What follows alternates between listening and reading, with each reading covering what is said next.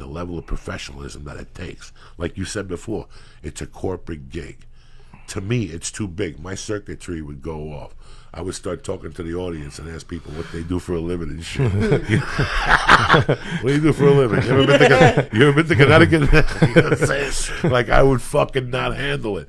So when I wanted to put, I want to still put my life into it and my words.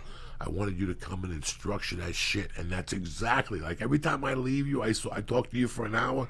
The reason why I only talk to you for an hour is not because I don't like you, is because I got to process what you just told me. You just blew my fucking mind. You just blew my fucking mind. I never even thought of comedy writing the way you think of comedy writing. I have a complete different admiration for comedy writing now. Now, because of my connection with you, I'm never going to throw away material again. Once that special is shot, I take a week off, and we get back to the tape recorders league, and we go to every dirty bar in fucking Reseda, right. And we get an hour in 6 months. That's the only way I'm going to do it. That's the way you do it. And then the next 6 months, you chop that motherfucker up, add the seasoning, tie that motherfucker up, and that's how you do it. That's how a fucking professional comedian does it, and I did not do it like that forever. So now I'm re-energized. Now I know how to do this. Now I know. You taught me the steps, how to get in there, and we're going to keep, every time I shoot a special, it's me and you till the wheels fall off. Right. Because I listen to you. I wouldn't listen to somebody else, bro. Yeah. I would have never listened to somebody else. Listen, bro, I'm going to tell you something. I gotta tell you, you when we were talking, I think yesterday or a couple of days ago, and you said how much, because you're around UFC and Joe Rogan, and you're around all these guys that fight, and you're into jiu-jitsu. And you said to me, man, Willie, I realize now how martial arts evolves, how guys go from learning something to evolving and getting even better. And you said you applied it to your life, right? Yeah. To your stand-up. Yes. Okay, now here's where I applied the same thing. You know Ruben Castillo. I don't know if you ever heard of the guy. He's funny fucking guy, man. This guy had 3 losses, right? He lost to Salvador Sanchez, Alexis Arguello, and Julio Cesar Chavez. All right? This guy is funny as fuck, bro. He goes, hey, Willie, I'm going to tell you something. If it wasn't for those 3 fucking guys, I would have been the greatest fighter of all time. But anyways, this Ruben Castillo, man, is this guy. He used to do a boxing show here in L.A. years ago with Chick Hearns. They used to do a show on a local television.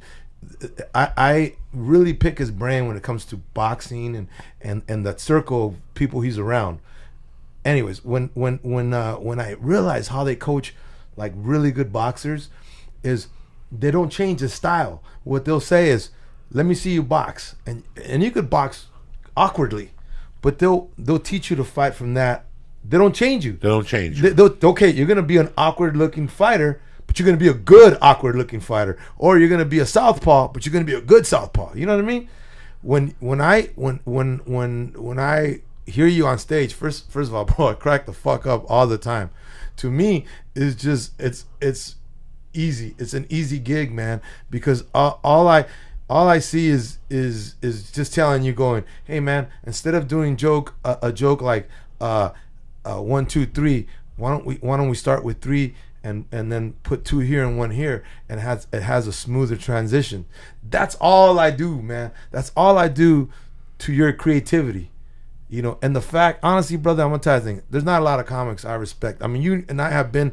You've seen me at comedy clubs where I walk in, and I probably say hi to 2 people.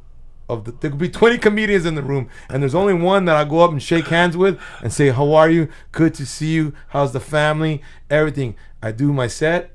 And I leave. I don't like a lot of people, Joe. You know that. Me neither. And listen, man. The fact that you trust me with this. Hey, bro, it's a privilege, man. It's a privilege, bro. Hey, man. I'd like your fans to check out my Netflix special, bro. Now, how long has it been on Netflix? 6 weeks. And what's the name of the special? It's called The Truth Hurts.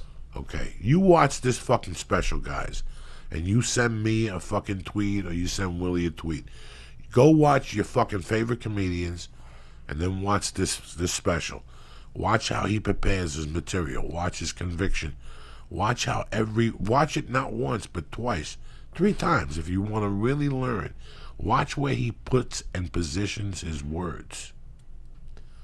That's something that you can't even go to college for.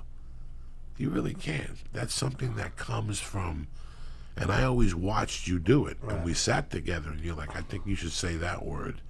And I would go home and go, Jesus fucking Christ. And then I would go on stage and it would fucking just work like a charm. And that's the first time, Willie. I wouldn't take instruction from a lot of people. Hey, bro. What's up, dog? No, I've been seeing you a lot more recently. I haven't been calling your shows as much, but now I have, but you haven't been repeating it. So, what are you doing? Are you just trying new stuff every time here and then on the road? So what I'm doing is, you tape it, Willie tapes it. If Willie tapes it, he takes it home and he gives me notes. If you send it to me, the next day I sit with a blank notebook. With a blank notebook, I put the date on top, and I listen to the whole recording with earphones on. And then I really don't do much. I can't lie to you. Lately, I've been laughing. I cannot lie to you, Lee. Some of the shit you tell me the next day, I forget about. Now I'm hearing it.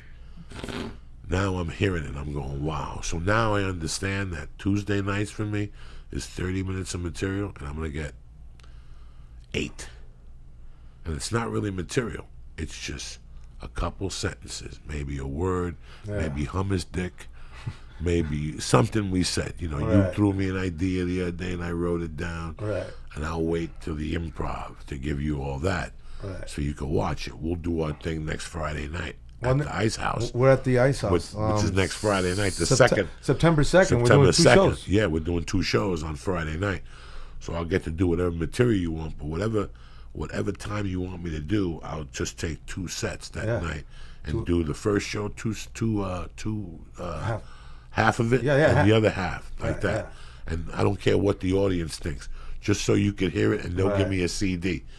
Then I'll work on it again during the week up there, and then Friday and Saturday, you and I together again at the Improv on Melrose on September 9th and 10th. So we'll tape it again there, and we'll look at that. The following week, I go to Austin. I come back with 5 more sets. Then I go to New York, and I come back with 4 more sets. Then we got a week off.